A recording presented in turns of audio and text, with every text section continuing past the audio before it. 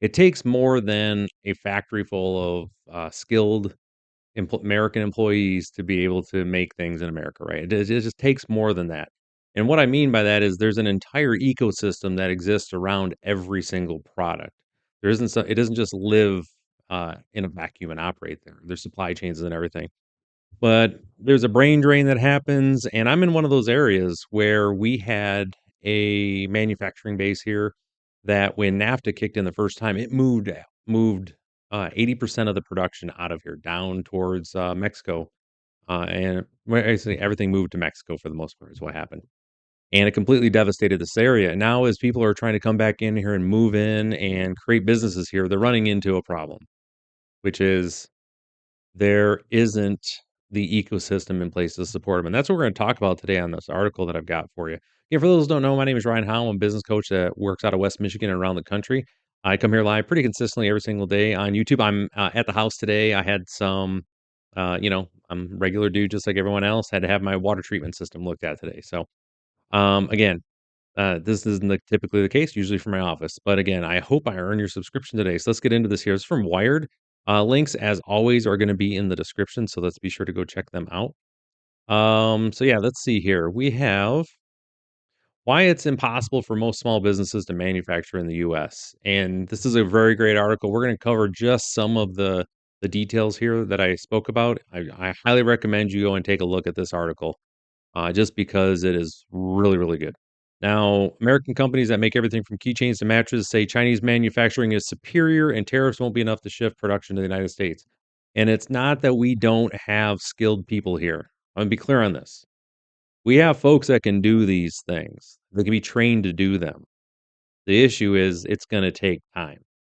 You're gonna have to there's so much knowledge in the decades, literally decades of experience that the Chinese have in, being able to manufacture the things that they do that we're gonna try to catch up on. Like, that's the issue.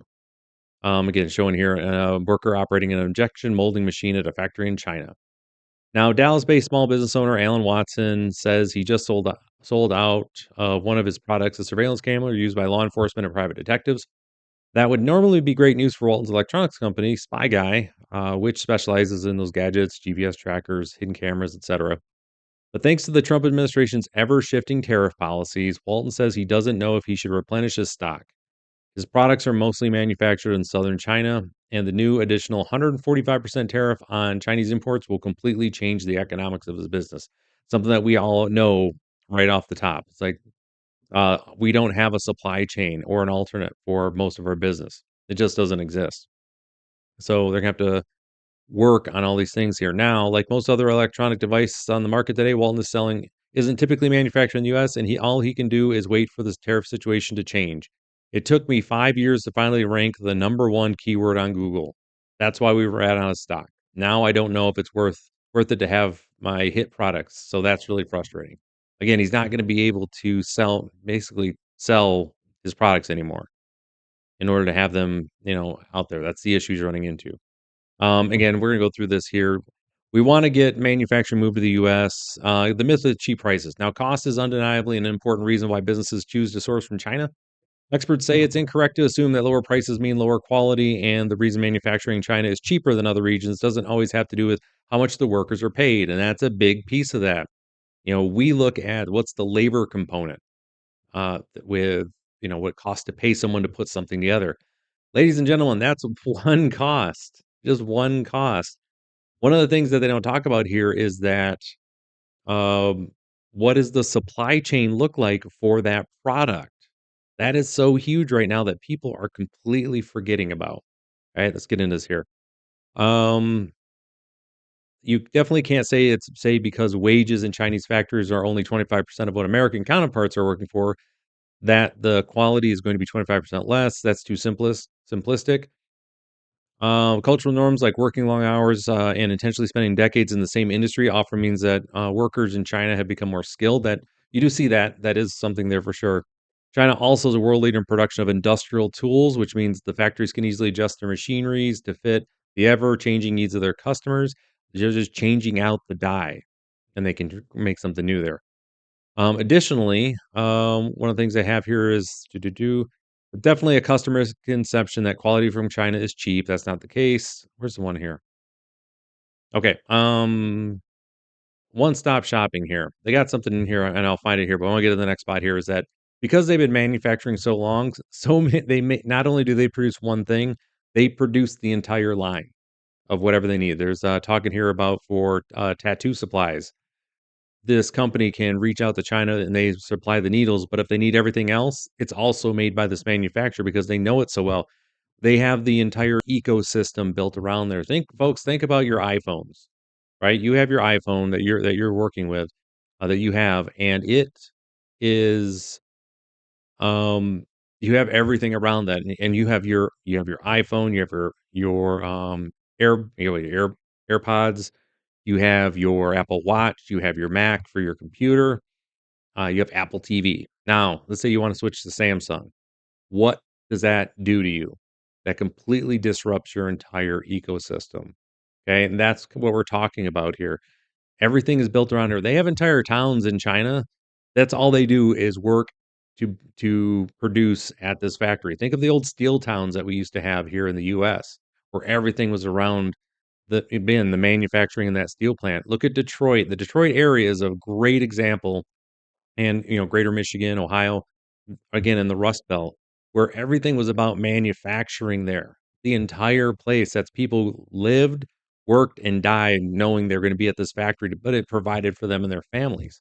And now with manufacturing out, there's the ecosystem's just gone. When we wanna turn this back on, it's going to take more than just the c the costs of labor. Labor is not the main component for this, folks, and that's really where it comes down to here. An example here, the town of, was it Bailun in eastern China is home to over 3,000 mold factories, which produce everything from cake molds to molds for making Tesla car parts. A few hours away in the town, Yaoyao, there are roughly 1,300 factories that manufacture street lamps and other kinds of road lighting. When one factory in these towns designs a new product, others nearby can quickly copy it or produce their own slightly different versions. There's even a Chinese word for these kind of dupes. Again, Senshai, something like that. Creating such a densely concentrated and rapidly iterative ecosystem like this took years of concentrated efforts. It all requires, a significant amount of flexibility of the supply chain. Like, and that's where I'm continuing to come back to. Now think about what we have in, again, in Silicon Valley, right? There's a reason that we're the leaders in tech, and where all the ingenuity comes from tech. All of the tech companies are in Silicon Valley, and they're constantly trading people back and forth, which means all of these ideas are constantly being worked on, and they can, again, copycat things left and right from each other to constantly make them better because they're all right there. That's the advantage that we have on the technology side. China has it on the manufacturing side because all the factories are all right next to each other. The supply chains are all right there for all of the raw materials. The energy is produced right there. The only thing that they need from us is shipping, and shipping they've got handled too. So, and that's really where it comes down to this is that it's not a matter of, again, like I said, labor prices. It's not a matter of can we do it here? Of course we can. That's never been we manufacture here, no problem. We can get that. But it's gonna take a decade. It's gonna take that long to get the factories built and then to build the muscle memory and the overall, the technical expertise in manufacturing condensed in these areas to be able to do this. And the concern that I have with my clients, as everything else, is that if we start down the path of this, which it looks like we're going to have to at least for the next couple of years, what happens when capital invests in all of these places, and then the next administration comes in and they undo the tariffs, or they lower the tariffs to the point that it's no it the competition the expectation for profit return on your capital for investing right in those assets and whatever it is you're putting there shifts, and now you're looking to basically lose money by investing because now we can go back to China or Vietnam or whatever. That's what I'm talking to my clients about right now, and we're very wary about making large capital investments here. Let me get off this here. So we're very wary about making large capital investments, and there's many reasons for that. But the one that again we talk about the most is the thing that hurts more as a business owner than anything is hiring people for a job and then having to let them go because the economy shifts, because the market dries up for whatever reason. That's one of the biggest concerns right now more than anything, because we've seen the devastation that can happen in these towns. If this tariff situation is not long term, and we have no and right now there's the Trump administration has proven time and time again, they are not long-term thinkers when it comes to some of this stuff, when it comes to business. They're trying to, force things in one direction to get a deal and some sort of capitulation that they go back. The issue comes down to that business owners, and this is the thing, we have small business owners are going to have to make capital decisions that take 5 to 7 years to play out, and if they don't do it now, if the tariffs stay in place, even at a reduced level, they are gonna be go out of business because they're gonna be outcompeted by folks that are investing now. So, it's rolling the dice and hoping that I'm basically on the mindset that the tariffs are gonna stick around, which no one thinks they are going to.